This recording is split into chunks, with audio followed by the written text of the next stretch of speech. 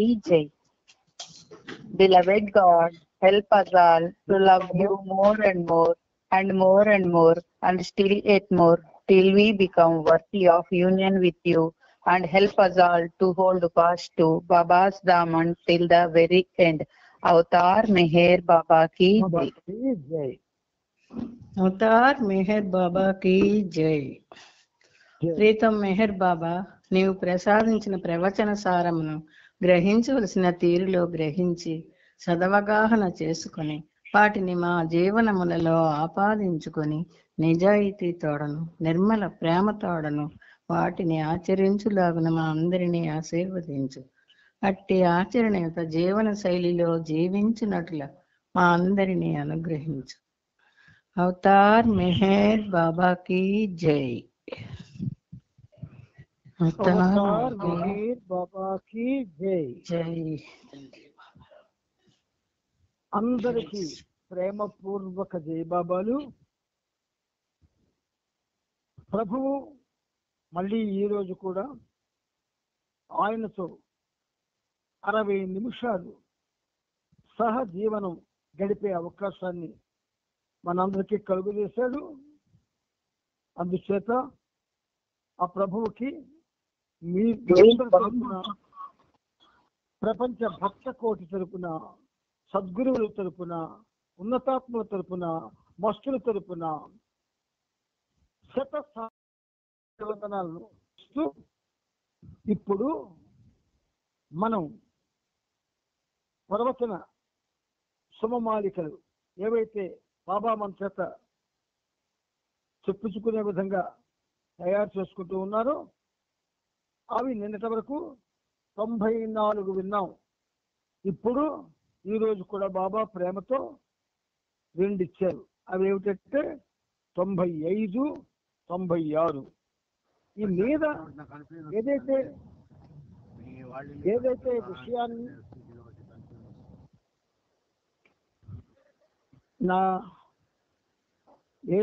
విషయాన్ని మనం చెప్పుకుంటూ ఉన్నామో దానికి కంటిన్యూయేషనే ఈ 2 కూడాను. ఏ సబ్జెక్ట్ చెప్పుకున్నా మనం కోర్కెలు, దానివల్ల బాధలు, అసంతృప్తి ఇవన్నీ చెప్పుకున్నాం. దానికి అనుగుణంగా మళ్ళీ 95, 96 2 ఉంటాయి. 95 ఏమిటంటే నిరర్ధకం కోర్కెలనుచు చక్కగా తెలుస్తూ ఉన్నప్పుడు, నిరర్ధకం కోర్కెలనుచు చక్కగా తెలుస్తూ ఉన్నప్పుడు తుదకు జ్ఞానాన్ని పొంది ఆనంద మార్గాన్ని చేరవలెను. తుదకు జ్ఞానాన్ని పొంది ఆనంద మార్గాన్ని చేరవలెను. ఇది 95 సుమమాలిక. 96 అవసరాల నుండి కోరికలను గుర్తించగలగాలి. అవసరాల నుండి కోరికలను గుర్తించగలగాలి. కోపం, అత్యాస, గర్వం, కోపం, అత్యాస, గర్వం అవసరాలు కాలేనివే అవి. కోపం, అత్యాస, గర్వం అవసరాలు కాలేవవి ఎన్నడు. ఇది 96. ఇప్పుడు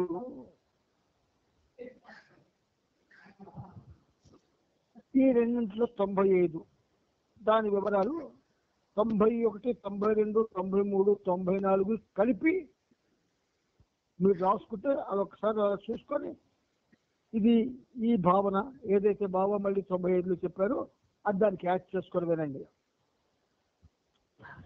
నిరర్ధకం కోర్కెలనుచు, కోర్కెలన్నవి అవి ఒక విధంగా పనికి వచ్చేవి కావు. అవన్నీ వేస్ట్ మెటీరియల్ కింద లెక్క, పనికిరాని చెత్త. అంచేత అది చక్కగా ఎప్పుడైతే మనకు ఆ సంగతి తెలుస్తూ ఉంటుందో, ఆ తెలుస్తూ ఉన్నప్పుడు మనం ఏం చేయాలి? జ్ఞానాన్ని వృద్ధిపరుచుకొని ఆనంద మార్గాన్ని చేరాలి. ఆనంద మార్గాన్ని చేరాలి. ఇది 95, 96. ఏవైతే అవసరాలుగా మనకు అనిపిస్తున్నాయో వాటిలోంచి కోరికలు తీసేయాలి. తీస్తే అవి కానీ గుర్తించి తీసేయాల. తీస్తే కోపం, అత్యాస, గర్వం అవి కూడా మనకు అవసరాలు అనిపిస్తాయి, కానీ అవి అవసరాలు కావు. అది కూడా మనం గుర్తించే అవకాశం బాబా మనకి ఇస్తారు. అందుకని ఈ 96ది ఈ రెండింటి యొక్క కాంపాక్ట్ లిస్ట్, అంటే రెండింటి యొక్క కలగలిపినటువంటి భావన. ఏమిటా కలగలుపు భావన?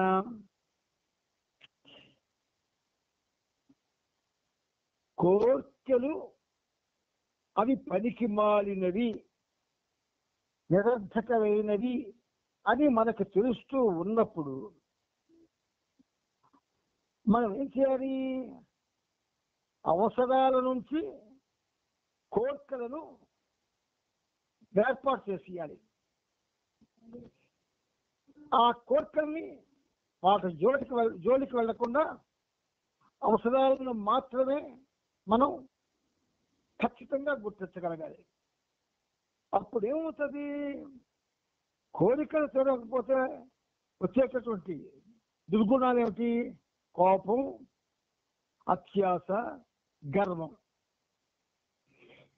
ఈ మూడు ఇవి కూడా మనం అవసరాలు అనుకుంటున్నాం, కాదు.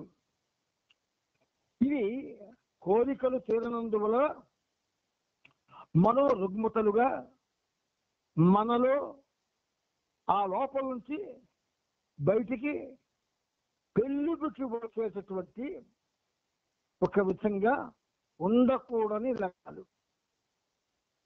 ఆ లక్షణ త్రయాన్ని మనం పోగొట్టుకోవాలి. ఎలాగా? అవసరాల నుంచి కోరికలను గుర్తించి, కోరికలు పనికి మాలినవి అని మనకు తెలుస్తూ ఉన్నప్పుడు వాటి నుండి ధ్యాస ఉంచకుండా అవసరాలను మాత్రమే. ఏమిటి అవసరాలంటే మనకు కనిపిస్తున్నాం అందువన్నీ. మనిషి జీవనానికి కావలసినవి రోటీ, కపడా ఔర్ మకాన్. మనకి ఉండవలసింది ఒక ఇల్లు కావాలి, ధరించడానికి బట్టలు కావాలి. అంటే మాకు అతి ముఖ్యమైనవి. తినడానికి తిండి ఉండాలి. ఈ మూడు మనకు భగవంతుడు ఇచ్చినప్పుడు అదే అవసరాలు.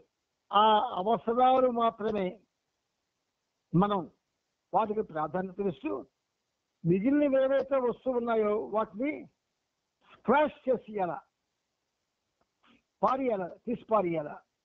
అప్పుడు కోపం, అత్యాస, గర్వం అనేటువంటి దుర్గుణాలు మన దగ్గరికి రావు.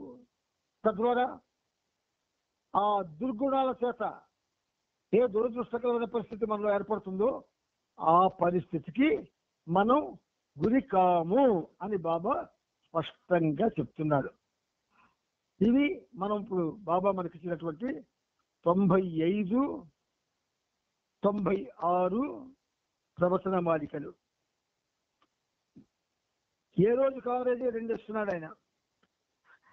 అంటే ఒక విధంగా ఆయన కూడా మన గురించి ఆలోచిస్తున్నాడు. ఎక్కువ కాలం పోషించినా వీళ్ళు తట్టుకోలేరు అంచేత మోతాదు మీదే ఆయన కూడా మనకి ఇస్తూ ఉన్నాడు. ఇప్పుడు మనం ప్రవచన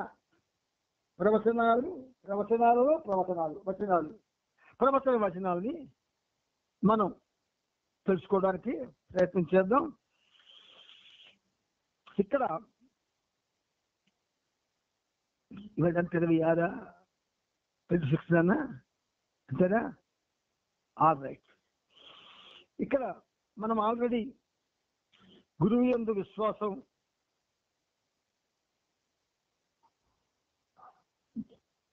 ప్రవచనాలు 402వ పేజీలో చెప్పుకున్నాం. అది 403వ పేజీ వరకు కంటిన్యూ అయింది. ఆ 403వ పేజీలో 2వ పేరాలో విశ్వాసం మరియు విమర్శనాత్మక విచారణ అని ఒక చాప్టర్ ఉంది. చిన్న పేర, అది చాప్టర్. అది విశ్వాసం, గురువు యందు విశ్వాసం ముందు చదువుకున్నాం. విశ్వాసం మరియు విమర్శనాత్మక విచారణ. ఇంకో చిన్న విషయం జ్ఞాపకం చేస్తారు బాబా. ఇక్కడ కోర్టులో ఇద్దరు లాయర్స్ వాదిస్తుంటారు, ఒకరికొకరు ప్రత్యర్థి. ఎప్పుడైతే ప్రత్యర్థి ఉంటాడో వాడు ఏ ఒకడు బి ఒకడు అనుకోండి, ఏకి బి ప్రత్యర్థి, బికి ఏ ప్రత్యర్థి. వాడు చేసే వాదనని వీడు ఖండిస్తుంటాడు. వీడు ఖండిస్తుంటే వాడు వాదనని వాడు బలపరుచుకుంటూ ఉంటాడు. ఇక్కడ మనలో 2 పరిస్థితులు ఉన్నాయి. ఒకటి దేవుడు కావాలి అనే పరిస్థితి, రెండవది అన్నీ కావాలి, అన్నిటితో పాటు దేవుడు కావాలి, దేవుడు మాత్రమే కావాలి ఒక పరిస్థితి. నేను ఏ ప్రపంచంలో ఉన్నాను, ఏవైతే అనుభవిస్తున్నానో అవన్నిటితో పాటు నాకు దేవుడు కావాలి. రెండవది, వీళ్ళిద్దరూ ఒకరికొక ప్రత్యర్థులు. వాడి వాదనని అంటే ఏ దేవుడు మాత్రమే కావాలనే వాదన, బి అన్నిటితో పాటు నాకు దేవుడు కావాలనే వాదన. అన్నిటితో పాటు దేవుడు కావాలనే వాదన ప్రత్యర్థి గొప్ప తెలివైన వాడు. వాడికి జ్ఞానం ఎక్కువ, దుర్లక్షణాలు ఎక్కువ, తొందరపాటు ఎక్కువ, అహంకారం ఎక్కువ. వాడి మాట నెగ్గించుకోవడం కోసం ఏమైనా మాట్లాడతాడు వాడు ప్రత్యర్థి. అంచేత దేవుడు మాత్రమే కావాలి అనుకున్నటువంటి ఏ అనేటటువంటి వాడు బుద్ధిమంతుడు అనుకుందాం. ఈ రెండవ వాడు అహంకారం ఉన్నవాడు, అహంకారి. బుద్ధిమంతుడు, అహంకారి, ఇద్దరు ప్రత్యర్థులు. ఇప్పుడేమిటి? విశ్వాసం మరియు విమర్శనాత్మక విచారణ. ఈ కేసు నెక్స్ట్ వీక్కి విచారణకు వాయిదా వేస్తున్నంత జడ్జి. అలాగే మన ప్రభువు కూడా వాదనల్ని రెండు ఆయనే కదండి. మన ఆయనే 2 పాత్రలు పోషిస్తున్నాడు. ఒకటి ప్రీతముడు, ప్రేమికుడు. కానీ వీళ్ళు ప్రత్యర్థులు కాదు, ప్రీతముడు, ప్రేమికుడు. కానీ ఇక్కడ ప్రేమికుడు పాత్రలో ఉన్నటువంటి ఈ అహంకారపూరిత గుణగణాలు ఏవైతే ఉన్నాయో వాడు ప్రత్యర్థి. సో బాబా ఎలా స్టార్ట్ చేస్తున్నారంటే, నిజమైన విశ్వాసం లోతైన ఆత్మానుభూతులలోనూ పరిశుద్ధమైన సహజ జ్ఞానము నుండి విడువడు స్పష్టమైన బ్రాకెట్లో పొరపాటు లేని మార్గదర్శనంలో స్థిరపడి ఉంటుంది. ఎంత అద్భుతంగా మాట్లాడారో బాబా చూడండి. అంటే విశ్వజనీయమైన భాష అయింది. అంటే విశ్వాత్మకమైనటువంటి భావంతో మాట్లాడతాడు ఆయన.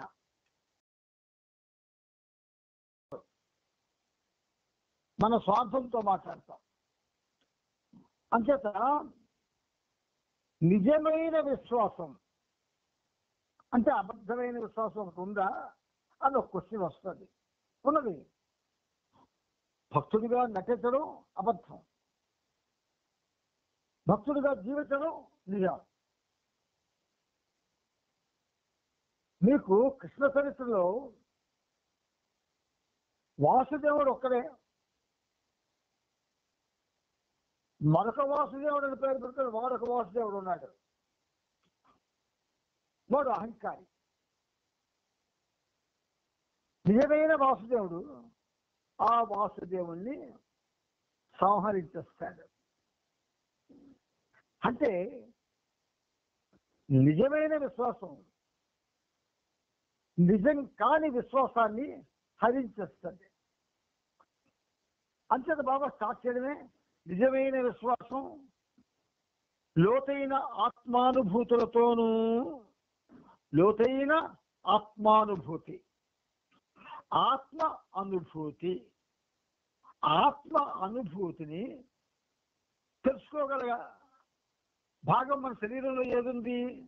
ఆత్మ అనుభూతిని తెలుసుకోగల భాగం ఏదుంది?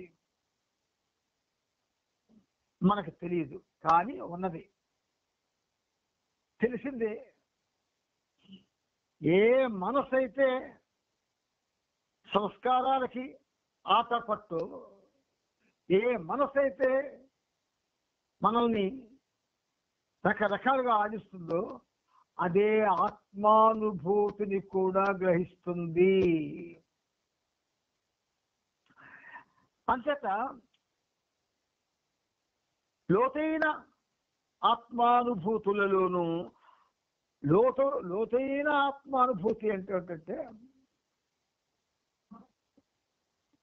చూడండి, మనకి మెహరాబాద్లో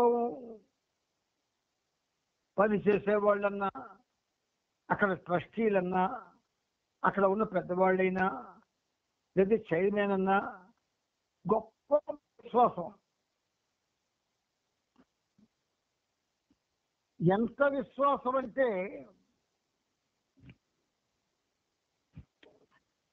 ఎంత విశ్వాసం అంటే వాళ్ళు ఏదో దేవలోకం నుంచి దిగిపోయిన విశ్వాసం. They are all broken chairs అన్నాడు అవతారుడు.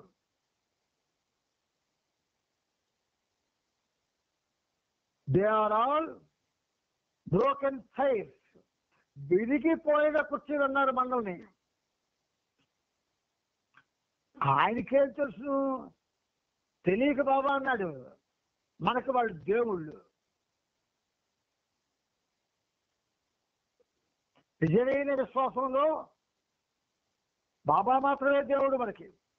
అబద్ధమైన విశ్వాసంలో వాళ్ళు దేవుళ్ళు, వాళ్ళు ముఖ్యులు బాబా కన్నా. అంచేత ఆత్మానుభూతులలో, లోతైన ఆత్మానుభూతులలో నిజమైన విశ్వాసం పరిశుద్ధమైన సహజ జ్ఞానం నుండి విడువడు స్పష్టమైన పొరపాటు లేని మార్గదర్శనలోనూ స్థిరపడి ఉంటుంది.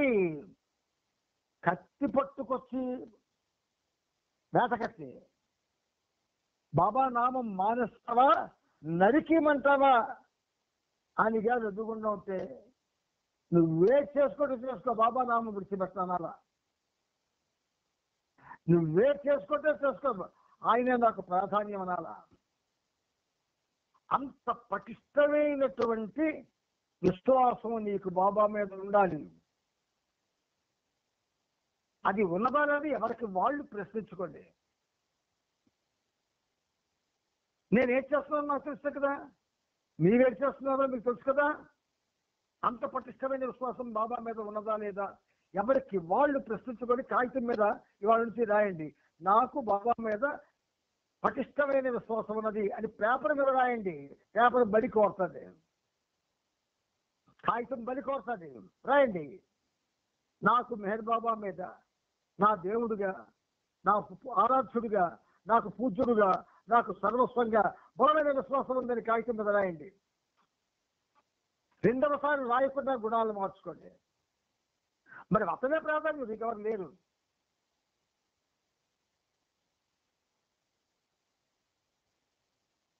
ఒక లెటర్లో అంటే అదృష్టవశాత్తు భావుతో చదివేర్పడి ఆయనతో కరస్పాండెన్స్ తీసుకునే భాగ్యం కలిగింది ఈ పనిముట్టికి. ఒక లెటర్లో బాబు ఇలాగ హెచ్చరించారు, నువ్వు బాబాను యథార్థంగాను హృదయపు లోతులో నుంచి ప్రేమిస్తున్నావా అని ఒక ప్రశ్న వేశాడు. ఆయనకి జవాబు రాయడంలో 100% right. I'm only believing Baba as Avatar of this age and divine incarnation అని రాశారు. వెంటనే ఆయన ఈజ్ ఇట్ ట్రూ అని ఒక ప్రశ్న వేశాడు. ఆ మొదటి ప్రశ్న కింద అది ఉంది. సాధారణంగా చదివేవాళ్ళు ఒకదానిలో అర్థాన్ని సేకరిస్తూ ఉన్నప్పుడు ఆ రెండవ మాట ఏదో చూడరు, అది కాన్సన్ట్రేటెడ్ రీడింగ్. అంతేత ఈజ్ ఇట్ ట్రూ అని అడిగాడు ఆయన. యాజ్ ఇట్ నేను అటువంటి జవాబు ఇస్తానని ఊహించాడేమో. ఈజ్ ఇట్ ట్రూ అన్నాడు, మరి అక్కడ రెండోది లేదు. ఎస్ జవాబులో yes, he is only the Lord for me, he is only the source for me, he is only the highest of the, as he proclaimed to the universe అని 3 వాక్యాలు రాశారు. చాలా సంతోషపడ్డాడు ఆయన.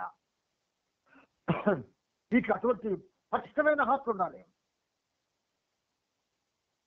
ఏరా వస్తావా చదివాలంటే వచ్చి వెళ్ళిపోతావాడికి ఎవరు పిలిచిన. మెహర్ బాబా పేరెత్తారా నరికేస్తామండి, బయలుదేరుతాం గ్యాంగ్, మనం ఎవరో పేరెత్తాం, ఖచ్చితంగా ఎత్తాం. అంతటా నిజమైన విశ్వాసం లోతైన ఆత్మానుభూతులతోనూ పరిశుద్ధమైన సహజ జ్ఞానం నుండి విడివడు స్పష్టమైన పొరపాటు లేని మార్గదర్శనంలోనూ స్థిరపడి ఉంటుంది. అక్కడ స్థిరపడిపోతుంది. దేవుడే ప్రత్యక్షమే అంటే శ్రీమన్నారాయణమూర్తి. నేనే అవతార మెహర్ బాబా అవతారం ఎత్తింది నేనే ఎందుకు ఆయన, నేను నారాయణమూర్తిదా, నేనే అవతారం ఎత్తుంటాను, నన్ను ఆరాధించినట్టే 2 చేతులు జోడించి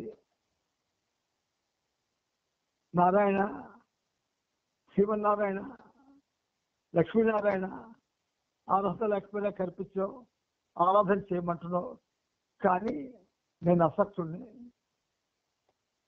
నువ్వు ఏ రూపంలో అయితే అవతరించావో ఆ రూపానికి నా హృదయం హత్తుకుపోయింది. నువ్వు ఆరాధించుకున్నావు, క్షమించు, నేను మెహర్ బాబా నామాన్ని తప్ప నీ నామం చేయలేను అని చెప్పగలగాలి. ఈ మొదటి వాక్యం చాలా గొప్పది. నిజమైన విశ్వాసం పరిశుద్ధమైన సహజ జ్ఞానం నుండి వెలువడుతుంది. అది అందులో లోతైన ఆత్మానుభూతులు ఉంటాయి. పొరపాటు లేని మార్గదర్శనం చేసుకోండి. Most important. ఒక విధంగా చెప్పాలంటే ఈ విషయంలో ఎవరైనా అటు ఇటు ఆసలేషన్లో ఉంటే దయచేసి ఒక పక్క ఏదో ఒక పక్క వెళ్ళిపోండి. అంతగా డ్యాన్స్ చేయడానికి ప్రయత్నం చేయొద్దు. దీనిని విమర్శనాత్మక పరిశీలన యొక్క వ్యతిరేక సిద్ధాంతంగా గాక విమర్శనాత్మక విచారణ యొక్క తిరుగులేని మార్గదర్శిగా భావించవచ్చు. ఏమంటారు ఆయన? విమర్శనాత్మక విచారణ యొక్క తిరుగులేని మార్గదర్శిగా ఆ మొదటి వాక్యాన్ని భావించమంటున్నాడు. మరొక మాట అన్నాడు.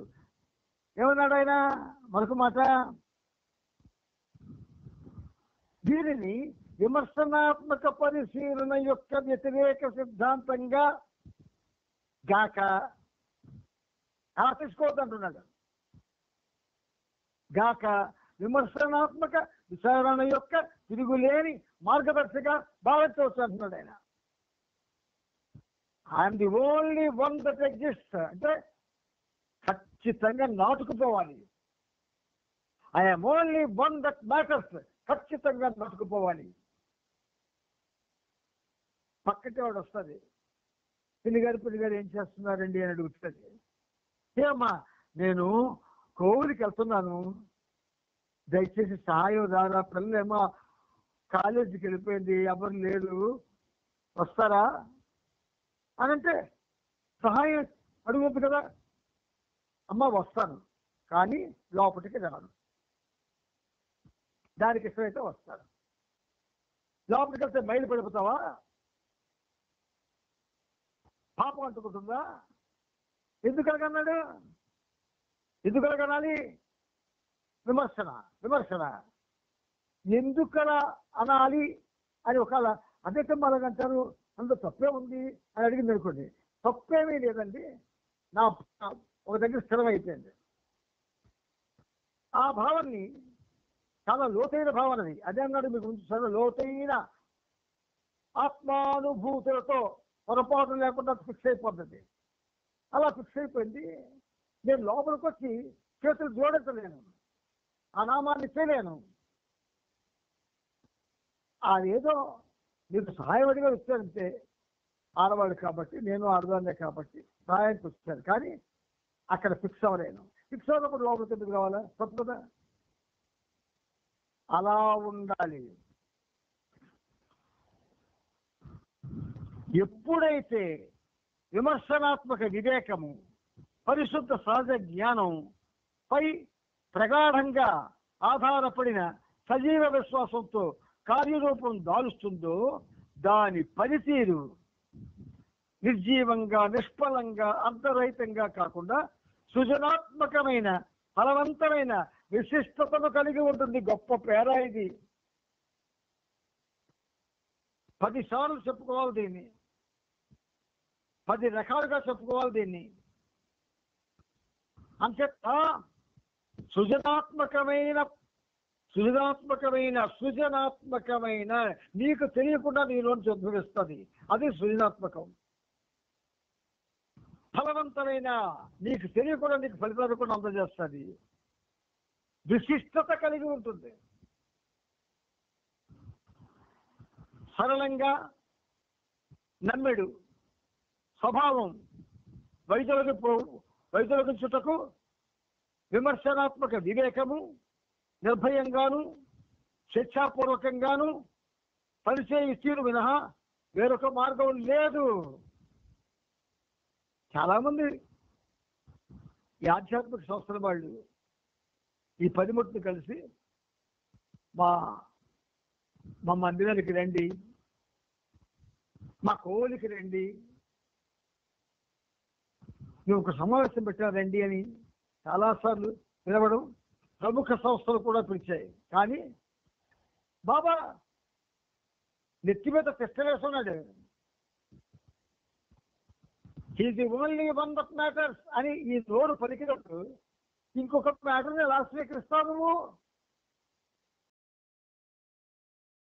అన్నప్పుడు ఆయన ఒక్కడే ఉనికి కలిగి ఉన్నాడు అని అన్నప్పుడు, అది విన్నప్పుడు, అది నీలో పటిష్టమైపోయినప్పుడు నువ్వు ఎలాగా ఇంకో దాని గురించి మాట్లాడగలుగుతావు? ఆధ్యాత్మికం అంటే ఆట కాదు. భక్తి అంటే బంతులాట కాదు.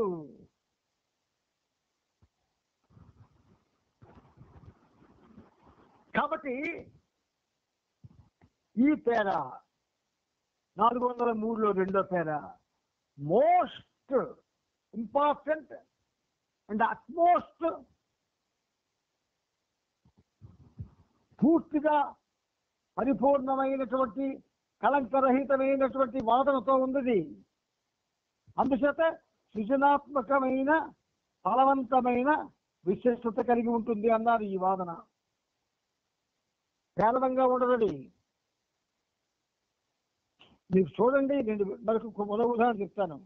ఒక మాంత్రికుడు ఉంటాడు, క్షుద్ర శక్తుల్ని ఆశ్రయిస్తాడు.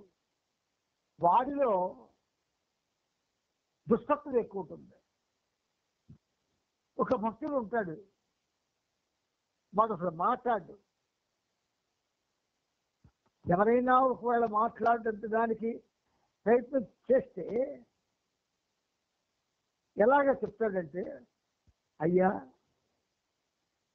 మీరు అడిగిన వాటితో నాకు పరిచయం లేదు, ఆ వాక్యాలతో.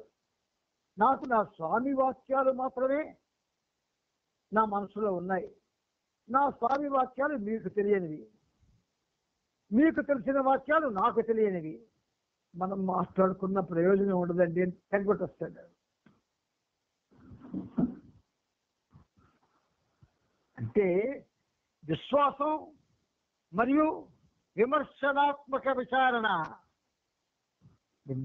వండర్ఫుల్ వండర్ఫుల్ పేరాది, మనకి కావలసింది, అవసరమైనది ఈ పేర. అందుచేత ప్రియమిత్రులారా, ఈ ప్రవచనాల్లో ఉన్నటువంటి సారం మన యొక్క మస్తిష్కానికి ఎక్కితే మరి కేరియర్ను దూరలేదు. No space, no space. చిన్న కథ కూడా ఉంది దీని మీద. అమ్మవారు ఉపాసన మహారాజు హరిబాబాను చూసి, మెహర్బాన్ నువ్వు ఆదిశక్తిని సుమా అన్నాడు. ఇది అందరూ విన్నారు, కానీ దాని గురించి ఆలోచించడానికి అవసరం రాలేదు ఎవరికి. ఎందుకలాగన్నాడు ఉపాసన మహారాజు అని. మెహర్బాన్ నువ్వు ఆదిశక్తివి సుమా అంటే మనకు వెంటనే అర్థమైంది ఏంటంటే, ఈ ఎవరైతే నవశక్తులు, ఈ ప్రపంచంలో నవశక్తులు ఉన్నాయి, స్త్రీ రూపాలుగా ప్రకటింపబడి ఉన్నాయి. వాటి తాలూకా దేవాలయాలు ఉన్నాయి. వెంటనే అక్కడికి వెళ్ళిపోతాం మనం. నిర్వాణ్ నువ్వు ఆదిశక్తి శుభ అని ఉపాసని మహారాజు అంటే అక్కడికి వెళ్ళిపోతాం మనం. ఆది శక్తి విమర్శనం చేసుకోవా. ఆది మొట్టమొదటి మూలమైనటువంటి శక్తి.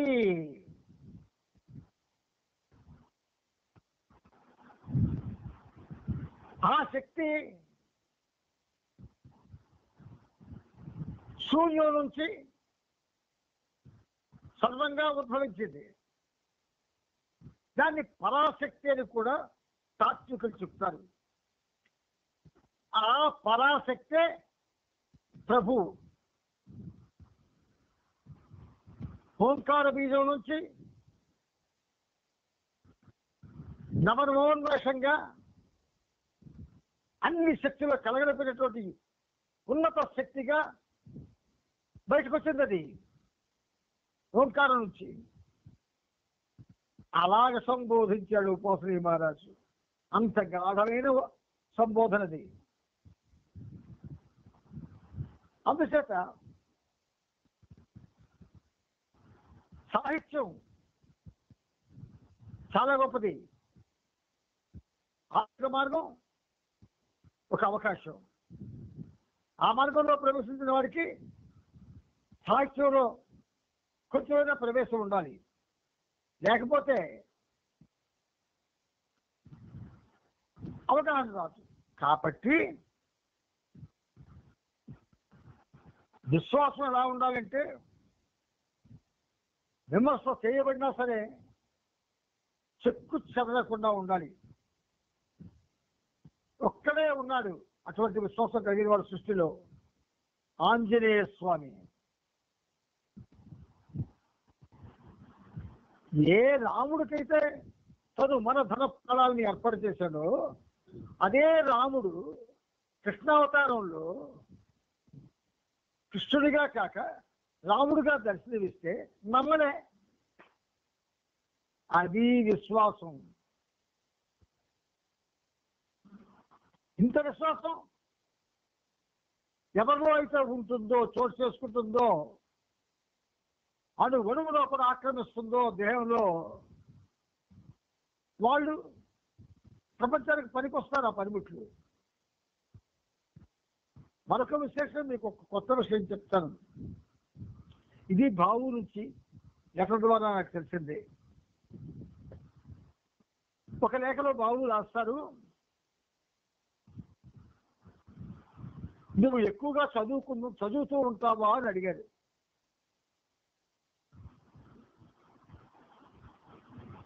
ఎప్పుడూ అదే పనిగా చదువుతూ ఉంటావా? చదివితే ఏం చదువుతూ ఉంటావు అని ఒక 3 వాక్యాలు ఆయన లేఖలో రాస్తే, నాకు చదువు అంటే ప్రీతి. ఆ ప్రీతి బాబా లభించే వరకు దాని యొక్క తీవ్ర స్థాయి వరకు అలాగే ఉంది. కానీ బాబా లభించిన తర్వాత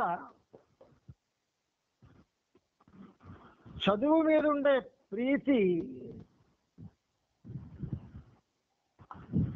ఆ ప్రభువు యొక్క మహామౌనం వైపు డైవర్ట్ అయింది.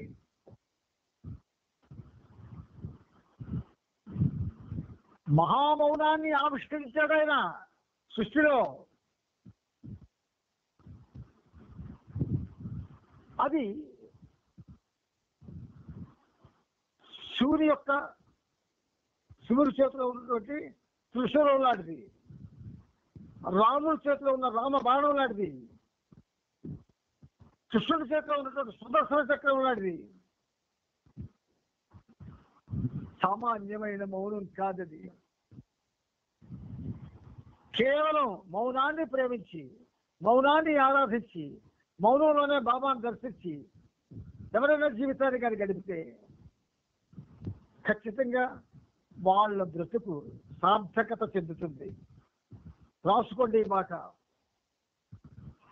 అందువల్ల బాబా మనకి ఇంత అద్భుతమైన విషయాల్ని ప్రవచనాల్లో ఆయన అందించాడు కనుకనే మనం ఒక విధంగా మన యొక్క పరిస్థితి కొంచెం మారే అవకాశాన్ని ఇస్తున్నాడు. ఇప్పుడు మనం బాబా యొక్క అద్భుతమైనటువంటి జీవిత చరిత్రలోకి మెహర్ ప్రభు చరిత్రం 8వ భాగంలో మనం నిన్నటి వరకు మనం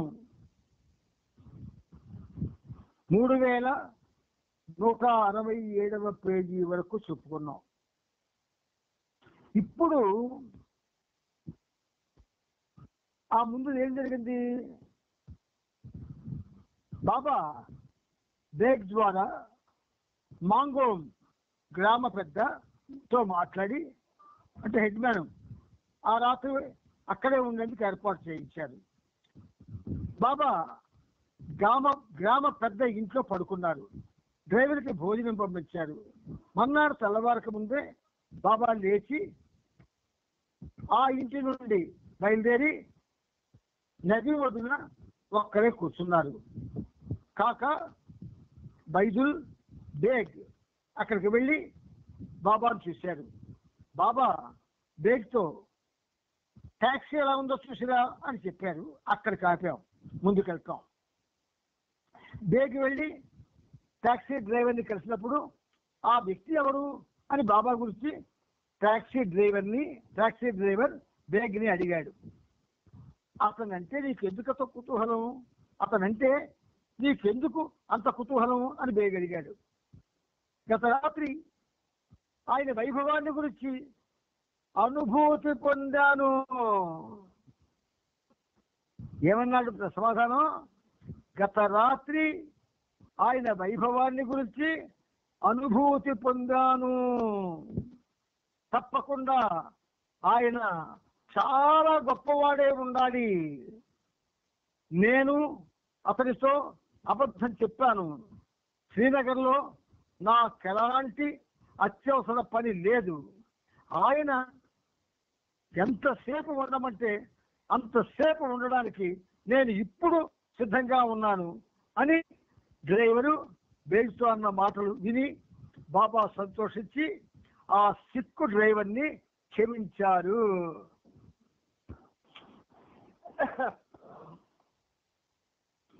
క్షమాపణ అనేది ఆధ్యాత్మిక మార్గంలో ఒక అస్త్రం లాంటిది.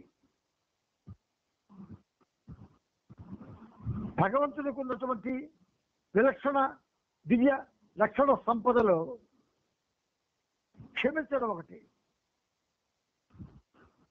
ఆయనకి తెలుసు మనం తప్పుల తట్టలమని. తప్పుల తరకాని ఒక మాట ఉంది పూర్వం, కానీ తప్పుల తట్టలం. మనం తప్పులు చేస్తూనే ఉంటాం. అది ముప్పు అని తెలిసినా తప్పులు చేస్తారు కొంతమంది. కానీ బాబా మాత్రం నీవే తప్ప నితప్పరం బెరగం అని అంటే తప్పులు క్షమిస్తాడు ఆయన. కాబట్టి యుద్ధభూమిలో రావణాసురుడు ముందు రోజే చచ్చిపోవలసిన వాడు. కానీ ఇప్పుడు వెళ్ళు, రేపురా రావణ, ఇప్పుడు వెళ్ళు, రేపురా. నీకు నేను ఒకటే చెప్పాను, జానకిని నాకు అప్పగించి శరణు కోరుకో, నేను క్షమిస్తాను. అందుకే నీకు టైం ఇస్తున్నాను. ఇప్పుడు వెళ్ళు, రేపురా అని. ఇప్పుడు వెళ్ళు, రేపురా అన్న రాముడి మాట.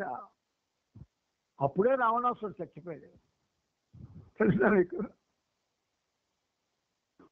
రేపురా అని చచ్చిపోయాడు రావణాసుడు. రావణాసుడు కూడా కారణ జన్ముడు కదా, దైవ జీవుల్లో ఒకడు. 7 జన్మలు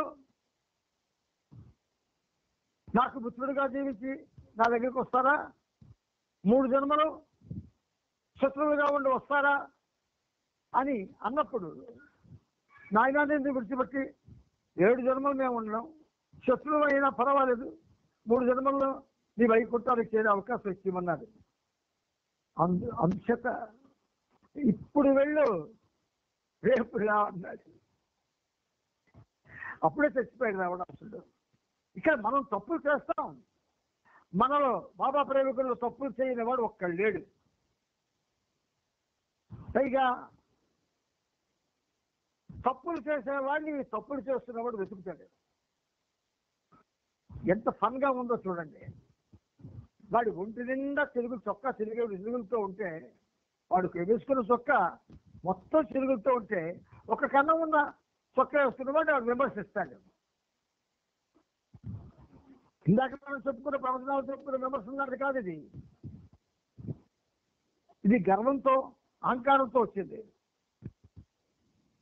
ఒకవేళ మనకి ఏదైనా ఆలోచన వస్తే అది అహంకారంతో వస్తుందా ప్రేమతో వస్తుందా కూడా పరిశీలన చేసుకోవాలి మనం, బాబా ప్రేమికులం గనక. నాకు వచ్చినటువంటి ఈ ఆలోచన ప్రేమతో వచ్చిందా లేదా ప్రేమ రహితంగా వచ్చిందా? ప్రేమతో వచ్చిందంటే యూ కెన్ టేక్ ఇట్. ప్రేమ రహితమైతే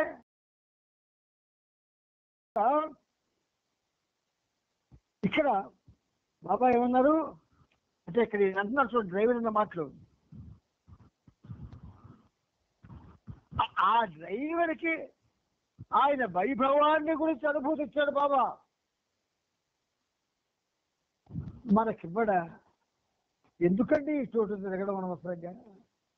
ఒక డ్రైవర్ని కాపాడిన వాడు, ఒక టాక్సీ వాడిని కాపాడిన వాడు, ఒక రిక్షా వాడిని కాపాడిన వాడు, ఒక రైతుని కాపాడిన వాడు, ఒక చదువుని కాపాడినవాడు, ఒక నిరక్షరాస్యుని కాపాడినవాడు, నీకు నాకు కాపాడ్డా. ఎందుకు తొందరపడిపోతాం మనం? అంచేత డ్రైవర్ బ్రేకుతున్న మాటలు విని బాబా సంతోషించి ఆ సిక్కు డ్రైవర్ని క్షమించాడు. మాంగోలో పండిట్ కస్మక్ అనే జలాలి తరహా మస్తుతో, చూడండి అనే పేరు పండిట్ కస్మక్ అనే జలాలి తరహా మస్తుతో, జలాలి అంటే విశ్వామిత్రుడు టైపు, భృగు మహర్షి టైపు, జలాలి తరహా మస్తుతో బాబా సాంగత్యం చేశారు. సుమారు 70 ఏళ్ల వృద్ధుడు. అటువంటి ఉన్నత తరహా వస్తు ఎక్కువగా జలాలి లక్షణాలతో ఉంటాడు. భీకరమైన ఇతని ఆకృతిని చూడగానే బాబాకు ఉపాసనీ మహారాజ్ గుర్తు తెచ్చినట్లయింది.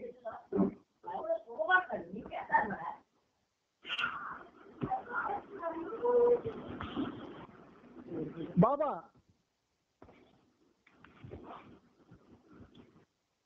పండిట్ కస్మక్ తో ఏకాంతంగా పనిచేస్తున్నారు.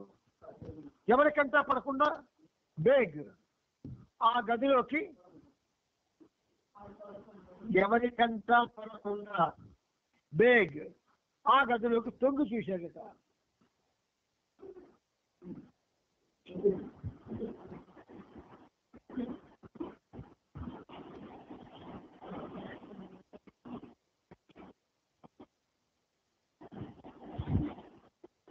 బాబా మోకాళ్ళపై వంగి మస్తు పాదాలపై తన శిరస్సును పదే పదే తాకిస్తున్న దృశ్యాన్ని చూశాడు.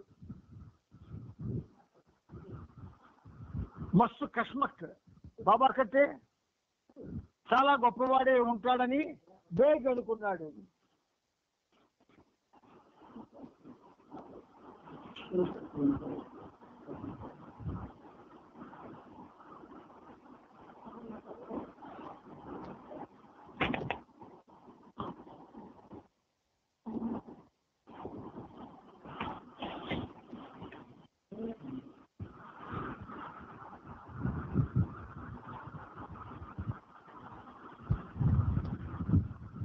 మస్తు కస్మక్ బాబా కంటే చాలా గొప్పవాడే ఉంటాడని బేగ్ అనుకున్నాడు. తన పని ముగించి బాబా బయటికి వచ్చారు.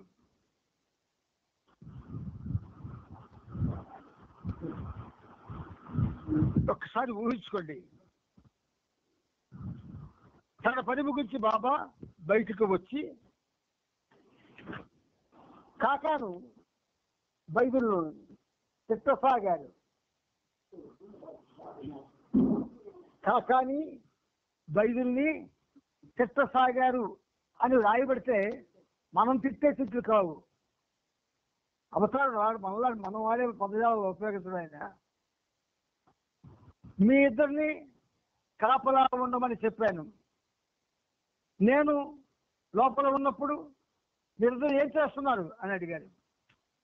మస్తుతో నేను పనిచేసే సమయంలో ఎవరూ నన్ను చూడకూడదని నిషేధించాను కదా, కానీ ఈరోజు మీ అజాగ్రత్త వలన ఒక వ్యక్తి ఘోరమైన అపరాధం చేసి ఉండేవాడు. నేనే కనుక అతన్ని రక్షించి ఉండకపోతే ఈ పాటికి అతడు బూడిద అయి ఉండేవాడు. కాష్మోరా అన్న పదం మీ అందరికి తెలుసు. కాష్మోరా, ఆ కాష్మోరా అన్న పదానికి తెలుగు అర్థం ఏమిటంటే దగ్ధం చేసేది. కాష్మోరా అంటే తెలుగు అర్థం ఏమిటి? దగ్ధం చేసేది. బాబా దేని గురించి చెబుతున్నారో కాక బదులుకి అర్థం కాలేదు. కానీ దీంతో బేక్కి, బొంబాయి పెద్ద మనిషికి చర్మము తెలుసున్న విషయం రూఢి అయింది. ఆ గదిలోకి చూసేటప్పుడు చాలా జాగ్రత్త పడ్డాడు. తను నుంచున్న చోటు నుంచి బాబాకు తాను కనబడడం అసాధ్యం. ప్రయాణం మళ్ళీ ప్రారంభించి దారిలో రోడ్డు ప్రక్కన ఒక ముసలామె నుండి యాపిల్ పండ్లు కొందామని ఆగారు. బాబా ఆమె వద్ద బేగిని పంపారు. రూపాయికి 16 పండ్లు ఇచ్చేందుకు ఆమె ఒప్పుకుంది. రూపాయికి 16 యాపిల్స్. బేరమాడుతూ బేగ్ ఆమెతో మరేవో కబుర్లు చెప్పి ఆమె చేత మరో 2 పళ్ళు అదనంగా వేయించాడు. ఆమె రూపాయికి 16 ఇస్తానుంది. మాట్లాడి మాటల్లో పెట్టి మెల్లిగా మరొక 2 ఎక్కువ తీసుకున్నాడు. రూపాయికి 18. అతడు పండ్లు తీసుకొని ట్యాక్సీ వద్దకు రాగా అంతా కలిసి ముందుకు ప్రయాణమయ్యారు. 1 మైలు వెళ్ళాక ట్యాక్సీని నిలిపి పండ్లు తిందామని అందరూ చెట్టు కిందకు చేరారు. బేగ్ 16 పండ్లను బాబాకి ఇచ్చాడు. వాటిని బాబా అందరికీ పట్టించాడు. 2 పండ్లు అదనంగా ఉండడం గమనించి వాటిని ఎక్కడి నుంచి తెచ్చావు అని బేగిని అడిగాడు. ఆ ముసలామే వీటిని నాకు ఇచ్చిందని సమాధానం చెప్పాడు. ఆమెకు డబ్బులు ఇచ్చావా అని బాబా బేగిని అడిగాడు. ఆమె నాకు ఉచితంగా ఇచ్చిందని బేగ్ చెప్పాడు. వెనక్కి వెళ్ళి ఆమెకు తిరిగి ఇచ్చేసిరా అని బాబా ఆర్జీ ఇచ్చారు. తిరిగి ఇవ్వడానికి బేగ్ 1 మైలు దూరం నడిచాడు. అసలు విషయం ఏంటంటే రూపాయికి 16 పండ్లు తీసుకునేందుకు బేగ్ ఒప్పుకొని ఆవిడకు రూపాయి ఇచ్చాడు. కానీ ఇంకో 2 పళ్ళు తనకు కమిషన్గా ఆమె ఎలాగో ఒప్పించి తీసుకున్నాడు. చందన్గావ్లో బాబా నవాబ్ షాను కలిశారు. నవాబ్ షా ఉన్నత తరహా మస్తు. ఆ మస్తుకి సుమారు 60 సంవత్సరాల వయసు ఉంటుంది. అతను ఇంకా తన ముసలి తల్లితోనూ పిల్లలతోనూ కలిసే ఉంటున్నాడు. సాంగత్యం సమయంలో బాబా యొక్క టోపీని తన తలపైన, తన మురికి టోపీని బాబా తలపైన పెట్టాడు. ఆగస్టు 29 బాబా బృందం తిరిగి షాలిమార్ వచ్చారు. 2 రోజుల తర్వాత బాబా మళ్ళీ ప్రయాణం కొనసాగించారు. ఆగస్టు 31న బాబా వనగాంలో అసత్ సాహెబ్ అనే ఉన్నత మస్తులు కలిశారు. నగ్నంగా ఉన్న ఈ మస్తు చర్మం పొడిగా పొలుసుదేరి ఉంది. తన వీపును గోకమని మస్తు బాబాతో చెప్పగా అలాగే బాబా అతని ఆనందం కోసం అతని వీపు గోకాడు. చర్మం పొలుసు వస్తున్నాయి, ఆయనకి గోకమన్నాడు. బాబా గోకాడు. అదే రోజు గురూజీ అనే మస్తుతో కూడా సాంగత్యం చేశారు. ఇతడు వంట నూనెను తాగుతూ ఉంటాడు. అతని శరీరం బట్టలు నూనెతో తడిసిపోయాయి. ఇంకా నూనె కొనుక్కోమని బాబా అతనికి 5 రూపాయలు ఇచ్చారు. ఆ మస్తు ఆనందంతో పొంగిపోయాడు. సెప్టెంబర్ 1న బాబా చిండ్లూర్ గ్రామంలో సూర్షా అనే ఉన్నత మస్తును కలిశారు. ఆ మస్తు బాబాకు ఒక దోసకాయను బహుకరించాడు. బాబా దాన్ని వండించి తిన్నారు. 1944 సెప్టెంబర్ నెలంతా బాబా మస్తు సాంగత్యాన్ని కొనసాగించి శ్రీనగర్ పరిసరాల్లో సుమారు 20 మంది మస్తులతో సాంగత్యం చేశారు. వీరిలో మాయి అనే మస్తాని కూడా ఉంది. ఈమె పచ్చగడ్డి వండిన అన్నం తినేది. బాబా కలిసిన ఈ మస్తుల్లో 5 మంది చాలా గొప్ప సాధువులు ఉన్నారు. కాశ్మీర్లో ఈ మస్తు కార్యక్రమాన్ని ముగించి బాబా గోడార్థాన్ని ధరించేటట్టుగా మంగళశైల అన్నారు. 2 పర్వతాలు ఒకదానితో ఒకటి ఢీకొని విడిపోతాయి. తర్వాత ఆ 2 పర్వతాల మధ్య ఈ రెండింటి మధ్య ఒక ఉన్న పర్వతం మూల కారణం అవుతుంది. ఈ దేశం 2 భాగాలుగా ఇండియా పాకిస్తాన్ గా విడిపోవడం గురించి అప్పుడు చెప్పారు బాబా. 1944లో ఇండియా పాకిస్తాన్ విడిపోవడం గురించి చెప్తూ 2 దేశాల మధ్య రానున్న కాలంలో వివాదం తలెత్తి దానికి కాశ్మీర్ మూల కారణం అవుతుందని బాబా ముందే సూచించారు.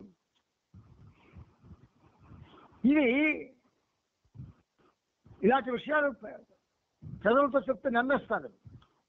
ఎందుకంటే ఎప్పుడో ఎప్పుడో ఎప్పుడో చెప్తే ఇప్పుడు అది జరిగిందంటే నమ్మరా ఆయన దేవుడని. కానీ ఆ విధంగా నమ్మించకూడదు, మన ప్రేమతో వాళ్ళని నమ్మించాలా. అక్కడ ఉండగా బాబా ఒకసారి స్త్రీలను హరివాన్ గ్రామానికి తీసుకెళ్లి 1929లో అక్కడ తాను ఏకాంతవాసంలో గడిపిన చోటును వాళ్ళకి చూపించారు. ఆ కొండల్లో ఒక ప్రాంతం వైపు చూసి ఇక్కడే జీసస్ శరీరాన్ని సమాధి చేశారు అని బాబా వారికి చెప్పారు. శ్రీనగర్ ప్రాంతంలో చూడవలసిన ప్రదేశాలను కూడా బాబా వాళ్ళకి చూపించారు. శ్రీనగర్లో ఒకరోజు బాబా హబీబుల్లా బేగ్తో కలిసి కొండపైన ఉన్న దర్గా వద్దకు వెళ్ళారు. కొండ దిగుతూ బాబా నీ ఇల్లు ఎక్కడుంది అని బేగిని అడిగారు. దగ్గరలోనే ఉందని బేగ్ చెప్పగా తాను ఆ ఇంటిని చూడాలని బేగ్తో చెప్పారు. అది విని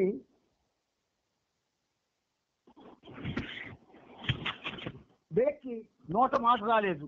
ఎందుకంటే చాలా గొప్ప వ్యక్తులు బాబా దర్శనాన్ని కోరి వచ్చినా వారికి బాబా తన దర్శనాన్ని అనుగ్రహించేవారు కాదని అతనికి తెలుసు. అందువల్ల బేగ్ బాబా నేను బీదవాడిని, మరి నా ఇల్లు అని ఏదో చెప్పబోయాడు. బాబా ప్రేమ హృదయాన్ని తాకింది. బేగిని ఆలింగనం చేసుకొని బాబా నేను కూడా పేదవాడినే, నీ ఇంటిని సందర్శించడం నాకు ఆనందం అని బేగితో అన్నాడు. బేగ్ అప్పుడు బాబాను తన పేద ఇంటికి తీసుకువెళ్ళాడు. అక్కడ బేగ్ చిన్న తమ్ముడు మస్జిద్ని బాబా చేతుల్లోకి తీసుకొని ఎత్తుకున్నారు. తర్వాత నేల మీద కూర్చొని అతనితో ఆడుకోసాగారు. అతని పెద్దన్న అమీన్కి 10 రూపాయలు ఇచ్చారు. బేగ్ తండ్రిని చూసి అతని ఆరోగ్యం ఎలా ఉందని అడిగారు. దానికి బేగ్ తండ్రి నేను బాగానే ఉన్నాను, కానీ నా కొడుకు హబీబుల్లాకే ఆస్మా అని చెప్పారు. అతడు నీ కొడుకు కాదు, నా కొడుకు, అందుచేత అతని గురించి దిగులు పడకు అని బాబా బదులు చెప్పారు. బాబా ప్రేమకి ఆ కుటుంబ సభ్యులంతా ముగ్ధులయ్యారు. బాబాతోనే శాశ్వతంగా ఉండిపోవాలని బేగ్ ఆలోచించసాగాడు. బేగ్ దొంగతనంగా సిగరెట్లు అదేపడిగా కాల్చేవాడు.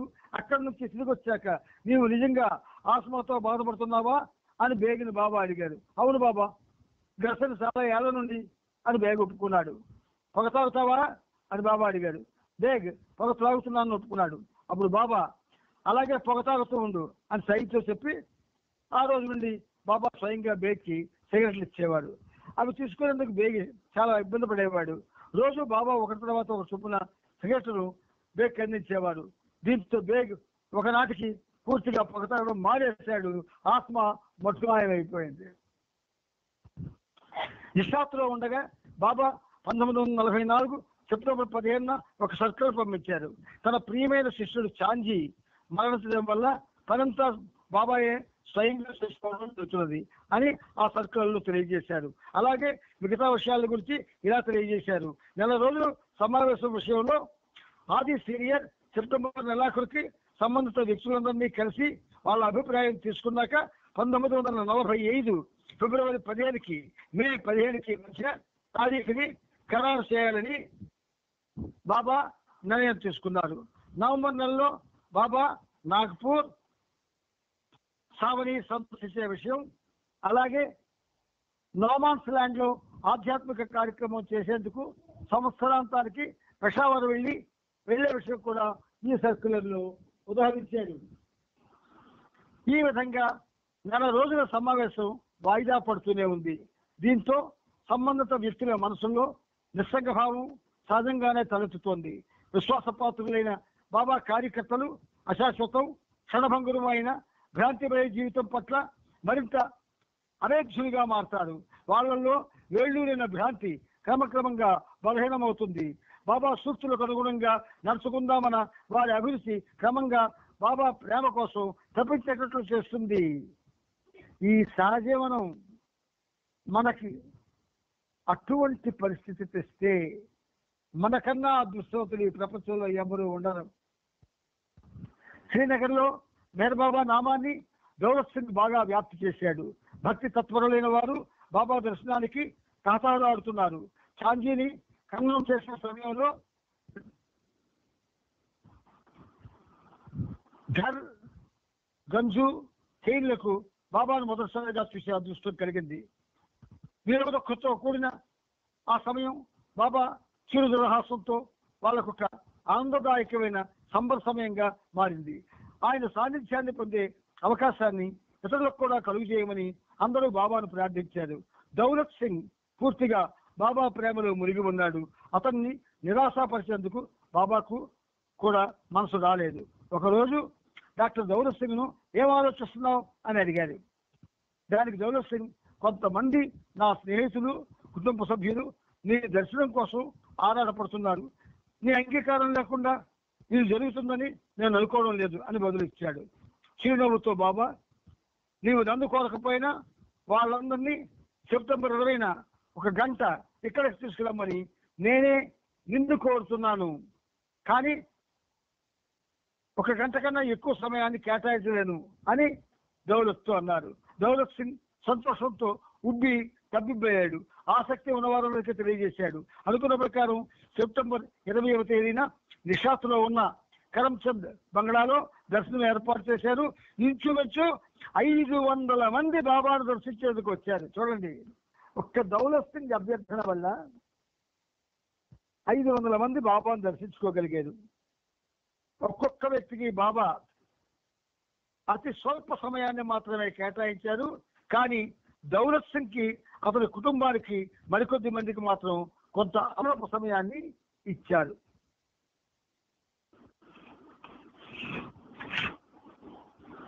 ఈ చరిత్ర సదమల చరిత్ర.